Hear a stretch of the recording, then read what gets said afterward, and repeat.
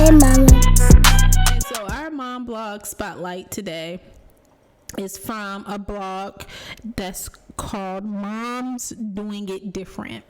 That's Moms Doing It Different. And you can find this blog at momsdoingitdifferent.com. So they had a wonderful blog post in the category of self-care, all about the great encourager and why every mother needs one and should be one. So they define encourage, the verb encourage, as to give support, confidence, or hope to someone. Every day when we wake up, mamas, we need to be an encourager. Be that great encourager for a loved one, for a stranger, for your family. We need to be an encourager. It adds to our wellness, that social wellness. It adds to that person's day. You're just making them happy. So be an encourager. And also, mama, take the time to thank your great encourager. So let me ask you, who is your great encourager? Leave a comment in the on the wherever you see the podcast promoted. Leave a comment, join the conversation. Who is your great encourager? In the blog, they define a great encourager as someone who is encouraging you to continue doing what you're doing. A simple, you are doing an amazing job. You know, we don't hear that enough. We don't hear that enough. We hear gripes. We hear complaints. We hear what you're not doing enough of. We hear you're not doing well with this.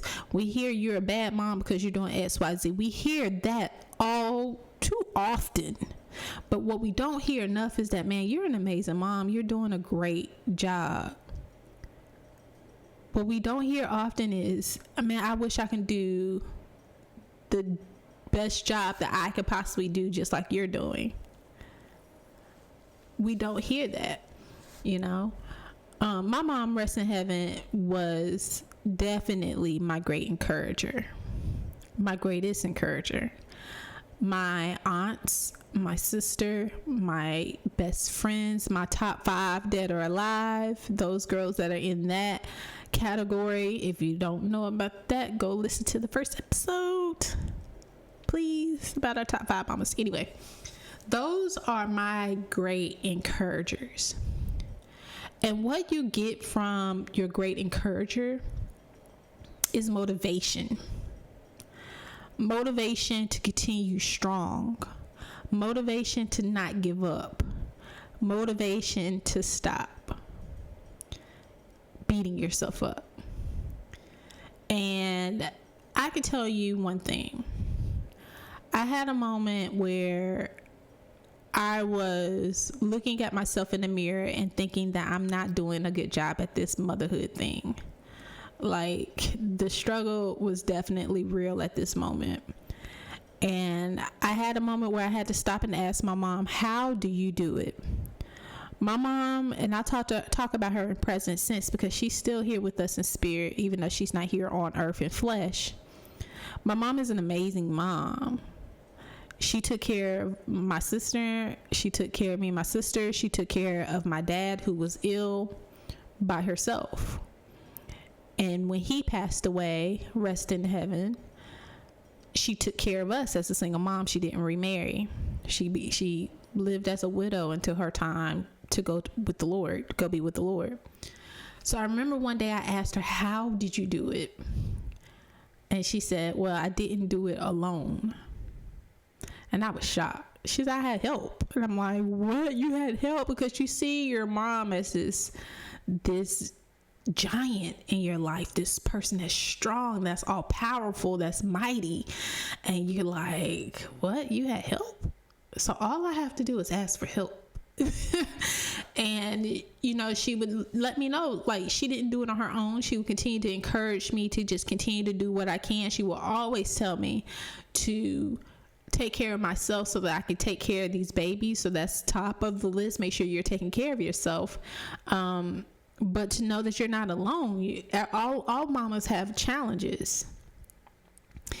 And so that simple conversation changed the way that I mother.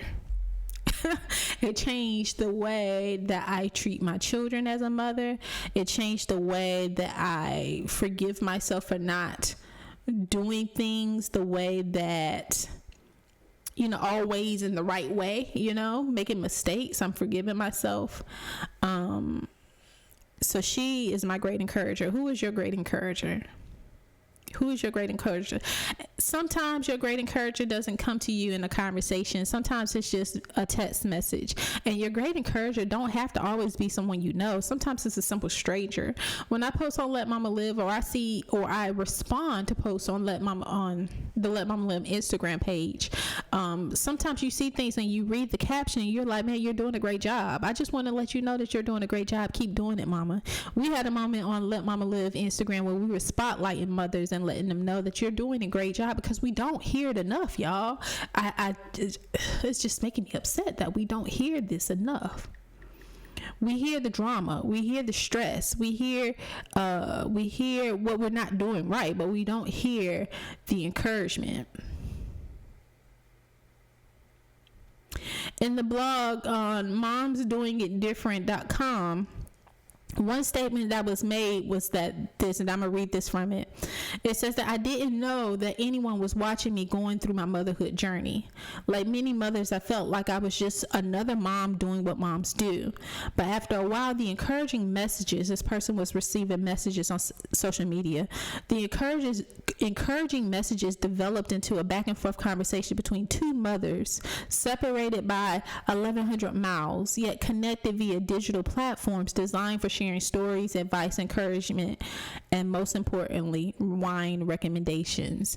That mother was that great encourager to that mother who's writing this blog, suggested a wine for her to try.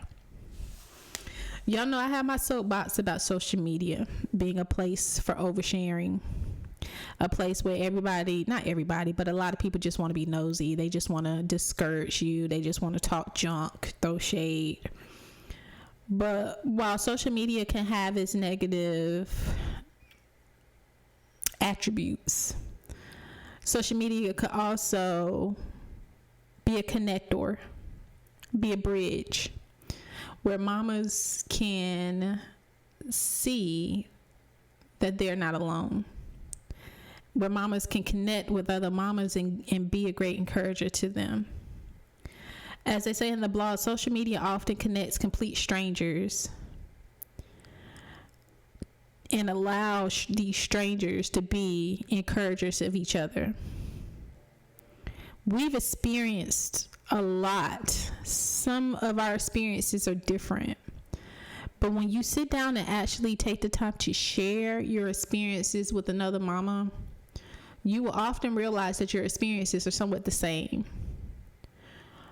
I am in an interesting place in motherhood where I have a pre-kindergartner in this COVID world that I decided to homeschool.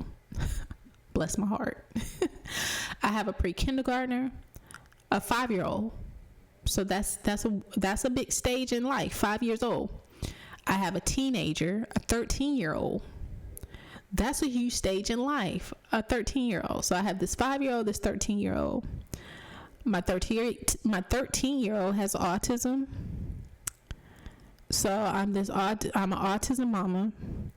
And both of these children are finding themselves at the same time where I'm trying to find myself. I'm just trying to get myself together, and they're trying to get themselves together too. So I know that there are a lot of people out there that can relate to having a teenager, to having a 5-year-old, to having a child with a disability. I know there are so many mamas out there that has had many experiences that may be similar but may be different than mine that I can learn from. I learned so many lessons from other mamas. And just simply taking the time to be a great encourager to someone, you never know what you're placing on their heart and how you might change their lives. So what I want to do while I'm wrapping up is encourage you to charge you to be a great encourager to someone. I want to charge you to take the time to just connect to someone that you know or that you don't know and just say, hey, you're doing a great job. Thank you for sharing your life on social media, your story, your journey on social media. I can relate. I want you to take the time to be a great encourager to those moms that are experiencing infertility. You may not have a solution for them. You may be like me, where I'm not a doctor. You're not a doctor either. So I might not have a solution for you. But what I do is I have love. I have encouragement to give you.